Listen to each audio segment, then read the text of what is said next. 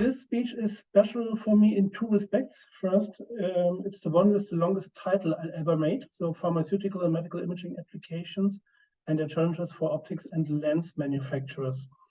And the second thing is, it's one of the rare occasions that I'm not from the oldest company. So Schneider is only about 110 years old, while Zeiss is 175. But still, they have a little bit of experience in optics. So we are a company with about 330 employees with places all over the world. Of course, we are known for optics, high-end optics, high-end filters for industrial and photoscene applications. You see, there's not medical mentioned, but it will come. We are fully vertically integrated in our manufacturing, so we can do everything by our own. It doesn't mean that we do everything on our own, but in some cases, in medical applications, this can be really beneficial. We will speak later about this. We have 3 strategic business units, industry, photoscene, and optical systems, which is right now in development. You still don't see anything about medical, so where should we put medical here? Let's have a look at the industry. We are typically in the machine vision market for several markets and applications, and here you see also medical mentioned. And now let's have a look of what we are doing in the industrial market and what we do in the medical market, or what are applications in the medical market. And if you compare left to right, then you will see that applications, imaging applications in the medical, are very often quite similar to applications in the industrial field. So we are doing surface inspection in industrial for all the kind of surfaces. I put here glass inspection just as an example, but you find surface inspection also in the medical market. David spoke about implants, of course, but there's skin, there are others. There's dimensional measurement in industry and also in medical. There are robot guidance systems in the industrial and also in the medical, if you look at the surgery robots in the surgery room. So there are many, many similarities between industrial and medical. So you could think, okay, a company which is in industrial business can easily do medical applications. There is no difference at all. But of course, that's not true. There are, of course, things that have to be taken care in the medical market that you don't need or don't need so much in an industrial business. So medical applications. If you look around, if you're a doctor, you see systems which incorporate optics, optical systems. I just named a few of them. Some of you, I think David, for instance, we wear eyeglasses. This is optics. You know microscopes, endoscopes. You know maybe ophthalmic laser surgery systems, surgery guidance systems, and much more. So optics, meanwhile, is used in a wide variety of all different kinds of medical applications, and also in different places of medical applications. So it can be in the surgery room, it can be in the laboratory, it can be even, as Jochen described, in the packaging industry. So really a huge and wide field. So we did grow our business in the industry segment, and then we started to move into the medical market. And we heard all the time of ISO 13485. I simply call it the medical standard. And I can tell you, there had been some uncertainty about the standard. What needs to be done as a company if we want to deliver components into the medical industry? Somebody say, yeah, you have to be ISO certified. As I said, you don't need. So what's our experience? And I am talking here only about our experience with the components that we are doing. In the projects that we are, in the fields that we deliver in medical, we don't need to be ISO 13485 certified. The final system, of course, of the medical device manufacturer, this company needs to be certified. We, as a supplier of a subcomponent, don't need to be certified. It can be helpful, but definitely there was never a claim from one of our customers, you have to be certified, otherwise you can't be part of the project. This is something that we had to learn. Of course, we were happy with it, and might be also interesting for you as listeners. But of course, the medical customer is a very critical customer because he has to fulfill also a lot of requirements. And so nevertheless, the ISO is not required for us as a company. We still might need to fulfill other requirements set by the customer. And my last sentence, be prepared for an audit by the customer. Industrial companies usually don't perform audits in our house. Medical customers, they do. They want to fully understand how we are organized, how we are working, how our quality control is functioning. And this is really an important point if you're doing business in the medical industry. So standard versus customized. As I said, we are delivering components, also like Jochen's company is doing with the cameras. So there are, of course, standard components from stock, and there's the option to develop customized components. You see a list of characteristics. Sometimes it's an advantage to have a standard component. Sometimes it's an advantage to have a customized component. So from our experience, we deliver both into the medical industry, standard and customized. It depends very much on quantities of the final project, on special requirements that may not be fulfilled with a standard product. So it's always good if you can offer as a company customized solutions to the customer, because in the end, it will be the better product and a more optimized product for the application.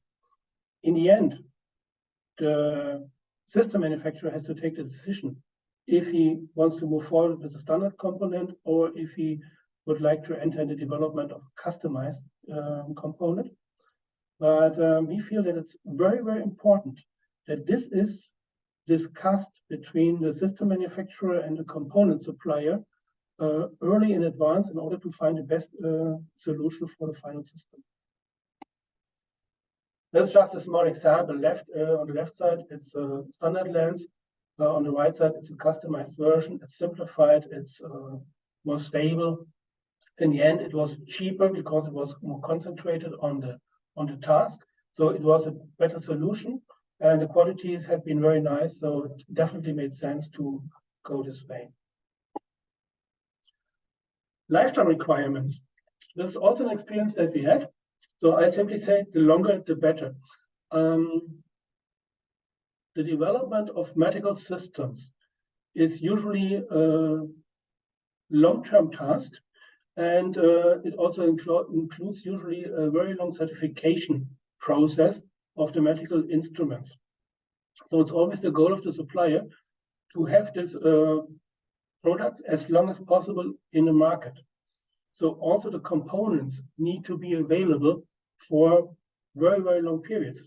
So we have really experienced in several projects that we need to deliver lenses for more than 10 years, sometimes up to 20 years. And during that time, perfectly, there's no single change in the component.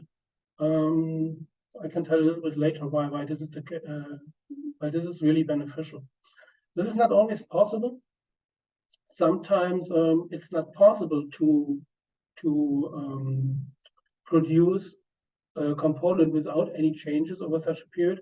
Just an example, in the case of lenses, it could be that a glass material is discontinued, need to be replaced by another glass type. And so we need to do some kind of redesign. But usually we try to keep really the product as unchanged as possible during a lifetime over 10 to 20 years. Change control process. This was also something which was fairly new for us and which is usually not required in standard industrial applications. As I said, we should always try not to change an existing product so that a system manufacturer does not need to claim any changes to, for instance, the FDR or other authorities. Sometimes, as described, that's not possible. So we had to implement a change control process in our manufacturing in order to be able to deliver our products, customized products, especially to medical companies, so that we can really trace any change, that we can communicate any change. And this is also something which is very important when you're doing medical business with medical companies, to have a very open communication, to have a common control process, so that you can always prove what you are doing, why you are doing it, what is necessary, and which consequence it has on the final product. And in the end, it helps also for, let's say, our normal standard products to better control our production. So this was a benefit in general for our company at a time when we entered into also medical applications. Belonging to that is the traceability. I call it know what you build. Usually all our products from every company is high quality. But you know, sometimes something can go wrong. And then there's a quality issue. It's good as long as it's found in your own company. Sometimes it's found once the part is delivered, which is of course very bad. I think David knows what I'm speaking about. And then it is very important to have a very good traceability of your own production, so that you can find out in an easy way the root cause of the issue, that you can take corrective measures, and that you can document everything that happened, every measure that was taken to the medical device manufacturer, in order to solve the issue on the customer side as soon as possible. Here again, it's much more critical than we experience in the industrial market. Complaints are never nice, definitely, but we really figured out that complaints in the medical industry are usually more critical than in the industry, especially when you're talking about components for systems where which are critical for the patient's life, for instance, surgery robots.